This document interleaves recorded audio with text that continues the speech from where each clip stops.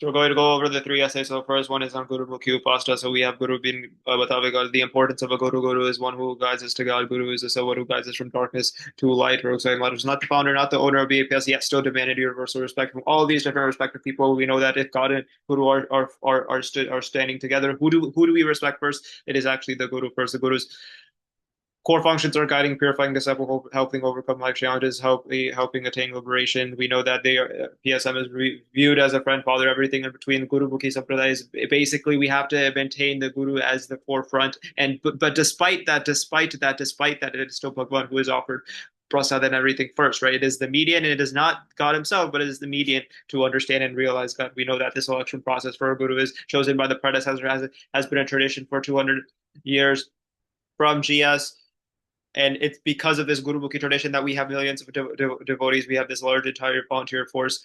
PS have unique abilities. We know that his ability to explain and understand the meaning of true God without changing the original words. We know it has global recognition from Pope John II to Bob Kaplan. We know that the current landscape has significantly increased, right? And there's a favorable conflict for the emergence of these false gurus. False gurus arise because they want to have certain powers, want to have certain foresight, want to be able to perform miracles. They have no qualifications. There's no school or college required. They simply appoint themselves. There's literally no tradition. There's no heritage. There's no where a predecessor has appointed the guru. They simply appoint themselves. They are intolerant of any criticism. But a true guru, is someone who does not dominate anyone, who has a friendly lifestyle with everyone, who dedicates themselves to serving and caring for devotees and humanity. There are three criteria that he has explained: study his life, examine the life of the guru, and examine the life of the disciples that are born from the guru.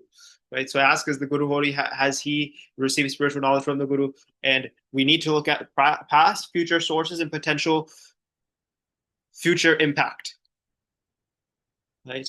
And we know that the first role of Guru is to become Akshay Rav, to guide us to salvation, liberation, to help us attain that connection with MS. And it is not hereditary, right? There is a tradition from birth. It has a high spiritual soul, and that's how you can identify these from these false gurus who simply appoint themselves, who have no qualifications, who are very hostile environment, can't are not very susceptible to criticism. We know that there have been many incidents when Nikunj Mehta went to PSM darshan, but he saw what did he see? He saw, instead of PSM, he actually saw YM.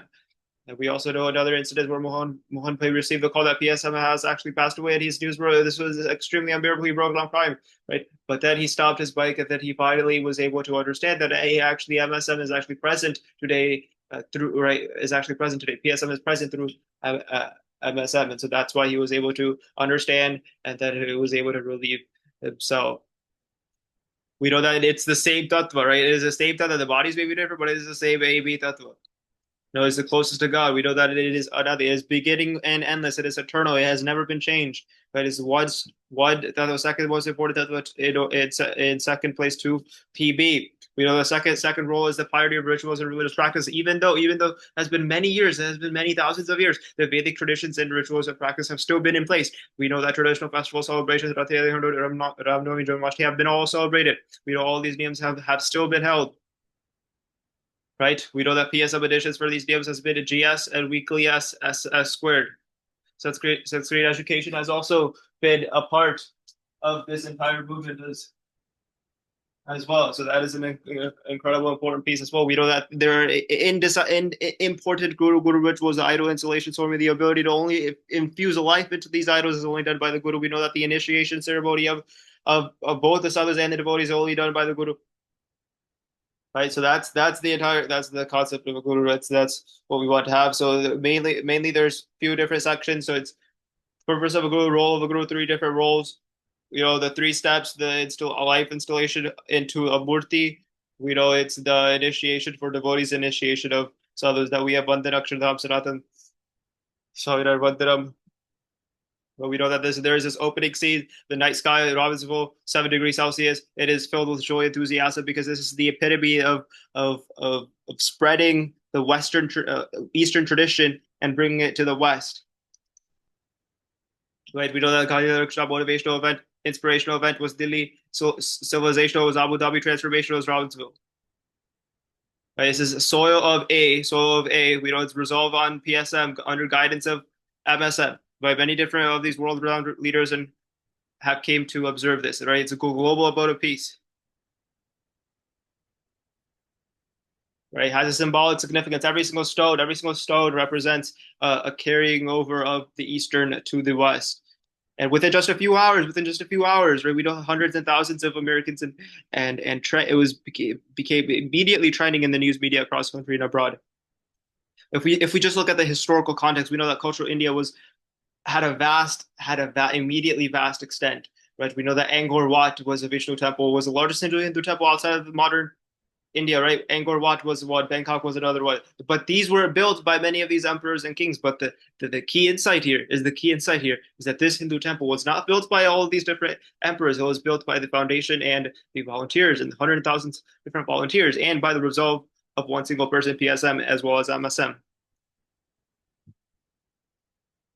Right, so we know that PSM has done many different things, six stone temples, 125 other temples, and this is his probably his biggest accomplishment yet. We know that Hindu community is only 0.7% of the total population, but this temple represents the prominent influence that Hinduism has had in America.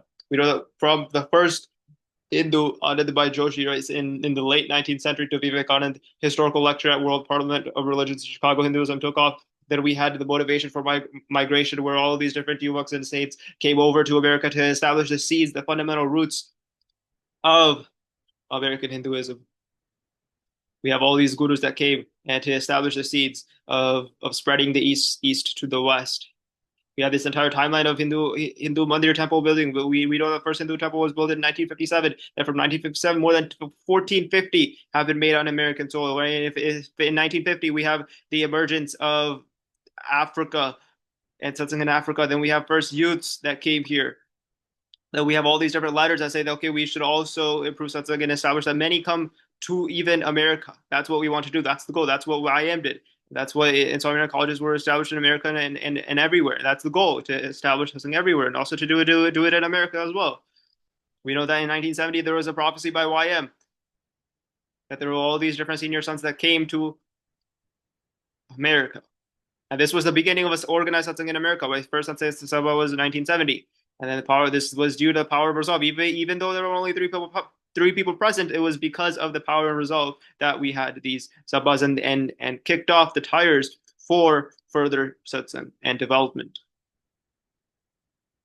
Right, PSM New History in America. He wrote new history on the soil of America. Tremendous efforts, right? There are arduous journeys from time to time. Temple building from 2000 to 2016, right? More than 100 different temples, unique contributions. They brought entire Hindu community together. It was a conscious unity.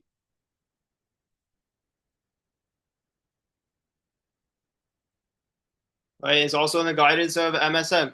And when we look at the important features, now we'll look at the important features. Now, first, if we just look at the name Moksha, right, this symbolizes the abode where people go for ultimate liberation. Right? This is signified as the goal, but we could also have an internal Moksha, which is what MSM says. Now we have a physical, and we need to build an internal.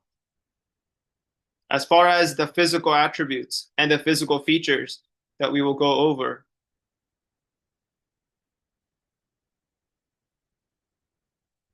is we have the Brahmakund, we have the Mandopan, we have the Tirth Mandapan, we have the Mandovar, we have the all the different Vedic sages and illustrations of the dialogues. We have holy rivers, we have Lord Vishnu idols, we have Lord Ganesh idols, we have murals from the Mahabharata, from the Ramayana, we have teachings and quotations from all these different Vedic sages to illustrate and to represent the preservance of Hindu culture. But we have all these different world-renowned elders and saints saying that this will be for a lifetime to come, for thousands of years. This is places the seeds for Hinduism in America. Right, and even the stone carving, every single of these stones weren't from India. They were from foreign lands. They were from Bulgaria, Italy, all these different foreign lands. And even they did not treat this as a business. They treated this as a friendship. They treated this as I am a part of this mission.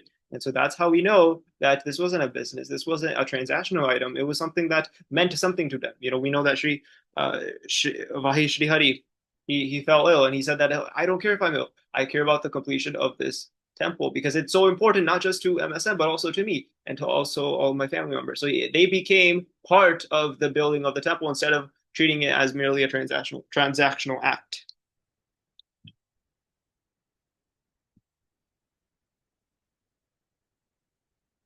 Right now we'll go over a few MSM.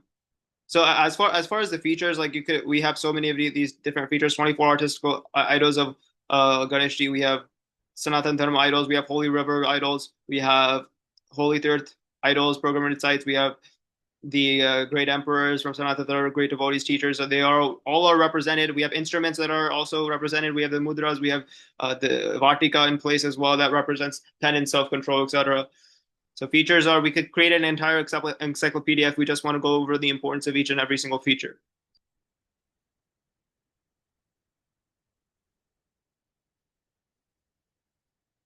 Right? Can create an encyclopedia. Uh, right, the stones and how it was built. It was a friendship. It was not a business transaction. Right? What was the motive? Motive was not to compete with anyone, nor to show that we were superior to anyone. That's what PSM said. Motive is to establish a firm rooting in satsang in America. Amazon said that it has now been built on the outside and it must be built within. Cannot be described within words. Right? It's a living legacy.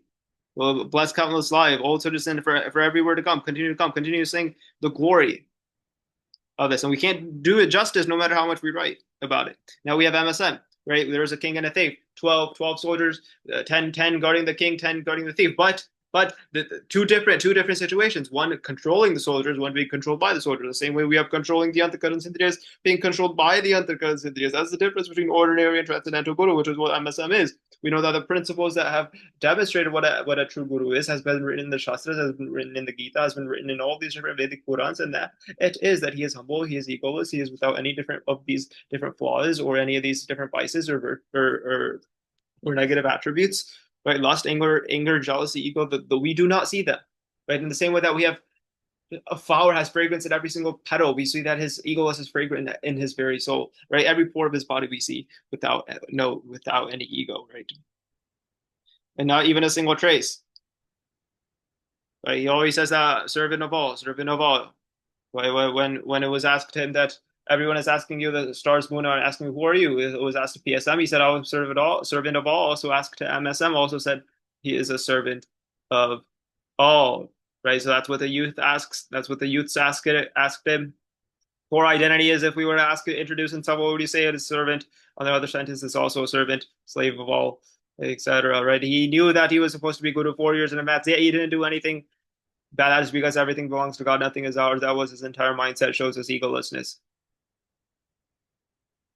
Right? We know that his potential millions of devotees accept him as a guru, thousands of saints are his refuge, built more than 600 mandirs, yet he does not accept any of his credit. His biggest accomplishment is that he does not recognize himself as his guru. That's a bigger accomplishment than even completing Robbinsville Akshardham, right? That's his biggest accomplishment. Forgets even his own achievements, right? The inauguration of Robbinsville Akshardham was done on his birthday, but that he even forgot that it was done on his birthday, right? We see the entire incident where he values his own feet as zero, and then he says switches it to two, or two to design zero, but then he says that for others is actually a million. Hides his own greatness as well, right? Because back then in 1950, he said, "Okay, you will be the guru, you will be the Satpurush, you will be Maharaj will be revealed through you, satsang will be happening through you, sect will be running through you." But yeah, he did not tell this to anyone. Where we see that his simplicity is, he's the epitome of simplicity as well. We know that they went to a bunch of pilgrimage and they had to make some specific arrangements. They said that, okay, I will actually come with this sant to actually make these arrangements, even though he is the guru. We know that in India, there was a brother that asked for a padramni, and then they said to come in the evening. The shop is open actually during the day.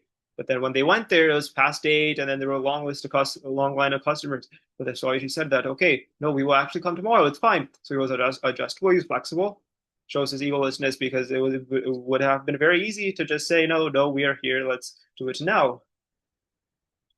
We have this other where there was a morning discourse. Swami had to finish it in 5 minutes. Right? He did not know of this, but because of the external circumstances, they had to leave. He had to finish it in 5 minutes. Shows his flexibility, ability, adaptability to have no ego. Because if he did, then he would not be accustomed to having that sort of environment. Right? And we know that millions are at the feet of such an egoless and transcendent Guru MSM. Everyone who comes into presence with him experiences divine peace. We know there was a writer who he said this is such a rare opportunity just by doing his darshan. I feel immense peace. We know the two incidents at touching the feet of two Wallachs. We also know the incident of Professor Kamath who went to do MSM darshan. Was absolutely transformed by his entire exposure. Now we'll go over P2. Now we will go over P2 and some of the V's there in P2. So G16, one can only develop faith in God or faith in Dharma when one has faith in God. Right? Desires can only be conquered when you abide by the niyams prescribed by God. Keep the body under the niyams prescribed by God. We know that there's a great effort to withdraw the rudris from the sounds. So if you plug ears, if you don't look at anything inappropriate, if you don't look at anything improper, you conquer taste, touch, sight, and all the five senses. But because this is incredibly difficult, this is incredibly difficult. That's why you have to conquer the Panch Vishays through observing the niyams, so blocking the nose, etc. Now observing niyams, then regardless of how much vairagya you have, they will not become stable. Well, characteristic of a strong Shraddha, right, becomes enlightened very easily, indriyas are under control, attained enlightenment very easily, journeying to Kashi, analogy. Indriyas are like the wind, can't be seen, but we all know that they go towards the Vishays.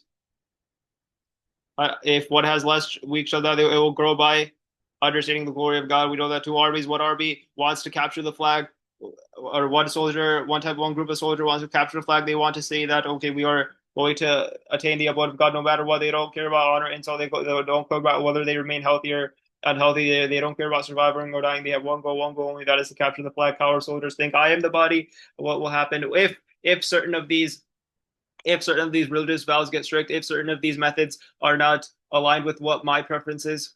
Right, so then Maharaj went to the ceremony of Sri Narayana Dev to perform the installation ceremony. He wanted to forget everything that he saw. And then he went to Ganesh Dhodka, and then he saw all these different transcendental wonders and wanted to erase them, wanted to forget all of them. But then finally that they've said that, hey, you are actually a true Ekanic book because your mind did not become tempted, even though you had all these different wonders. And so he told his man, buddhi, cheta, ahankar, all these different things that will crush you to pieces if you harbor any thought. Man, resolve, buddhi, contemplate, chet, harbor any form of conceit, ahankar, that I will destroy you to the pieces. So he forgot everything, and that is how the illness that was developed because of this was also subsided. So the sadhu should not desire any worldly pleasures, just as millions of Brahmans bring countless gifts, they also bring gifts to that sadhu. Right? Maharaj's compassionate nature, a lifeline, talks about the importance of not spiting devotees of God. He only likes someone who serves devotees of God. That is how Maharaj is pleased. What is a genuine devotee of God? Maharaj is a devotee of that devotee. That is his greatest virtue. And this is the essence of all the Shastras. He has read all these different Shastras, Purans, Veds. This is the essence for those attaining liberation, want to attain liberation in the future, and have already attained liberation. This is a lifeline. Right? This is the most profound fundamental essence of all essences. Non-lust, Maharaj's inclination that even if he has a liking for something, he only is happy when he disregards it. Right? He has never had an improper thought about wealth or woman in the waking state or in a dreaming state. His internal state is that only the contemplation of God remains within his heart. Right? So he only likes someone who has a deep observance of the vow of non-lust. That's the service that Maharaj likes, is one who doesn't have any lust. And the three components of eradicating this lust is conquering the mind by observing that and contemplating I am the Atma, not the body, continuously being engaged in the 9 types of bhakti. Like a ghost, mind is like a ghost, keep the prans in their control. If it's not under control, you will have an intense yearning for food, an intense yearning for all these different countless types of taste. Control the body by prescribing it within the niyams by God. Anything is possible with the human body if you constantly draw even a soft rope against a well, right? It will cause a groove. Even in a soft rope will cause a groove in the very hard piece of rock because of the constant rubbing of that rope. So the same way, the constant doing of anything, the constant practice of anything will allow you to remain successful in whatever you're doing. 247, we know that person has a group of sadhus staying with him will feel they will become happy because he knows how to take care of them. But if he doesn't know how to take care of them, then they will not stay. Sadhu is very eager to attain liberation. Will think that I'm very happy that Maharaj has done something that excites or that upsets me or denounce the Vishays. Giving us other nice objects, jealousy. Also have eradicate attachment to the Vishays. But even if you go to Brahmlok Indrilok, do not get discouraged.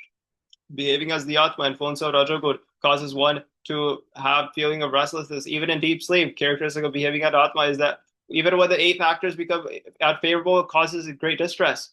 So following dharma is one way, right? Following the commands of the Sadguru is the only way to behave as the Atma. Goldsmith Workshop Maharaj said that when he was little, he enjoyed going to mandir, he listening to courses, keeping the company of sadhus. But after he renounced his home, he was very fearless. Very fearless. He only kept a little bit of fear after Ramanand Swami passed away, and that too was only for satsang. And he always has the constant thought about death. He regards every worldly object insignificant and imperishable. He says that the mind of Ekandikwa contemplates only on the form of God. He remains displeased, uninterested in every worldly object. In the same way, he gives an example of a goldsmith workshop. If you bring a 24-karat gold to a goldsmith, the wife and children of that goldsmith will start mixing in silver. So metaphorically, this means that the Indriyas and Andhkara will start to mix in the three guns attachment to the body, because believe that one is the Atma, or believe that one is the body and not the Atma. And then only when you melt down the gold again can it be purified again. So in only way can the Atma become pure if it is filled with all these different three impurities or three guns, is if you think that I am the Atma again, because all these three impurities should then be filtered out. In the same way, you can make the 18-karat gold into 24 back again if you melt it down again. Ultimate liberation, the supreme principle, all central principle from all the Shastras, that only God and His Son can grant liberation. Do not perceive flaws in anyone. Do the same thing with the Bhakta God. Glory of the Son is immense. Right? Three attributes: strict adherence, extremely firm faith, loyalty. Right? What is a great householder? What is a great renunciant? Do they do anything for God? Right? And then respectful people or strenuous people from society should not be insulted. Should be given seats at the very front of the assembly. Should the Jeev can gain strength by behaving as the Atma, so now associating with the Indriyas Antakaran and following the principle of Sankhya. But there is a greater method than this, and that is serving God in His bhakt. Behave as the Atma. Right? Maharaj says that much better than behaving as the Atma is to stay within the fellowship of God and His devotees. Right? In the same way that you do not have any grudges against your family members, even if a person scolds own family members out of affection, grudges do not develop. So that do the same thing with devotees of God. Right? Don't develop grudges with God or His devotees. Right? Should be in the same manner as families do amongst themselves. Right? Do not develop grudge. Do not have any ill will. Do not have any resistance. Do not spite devotees of God. That's the main essence.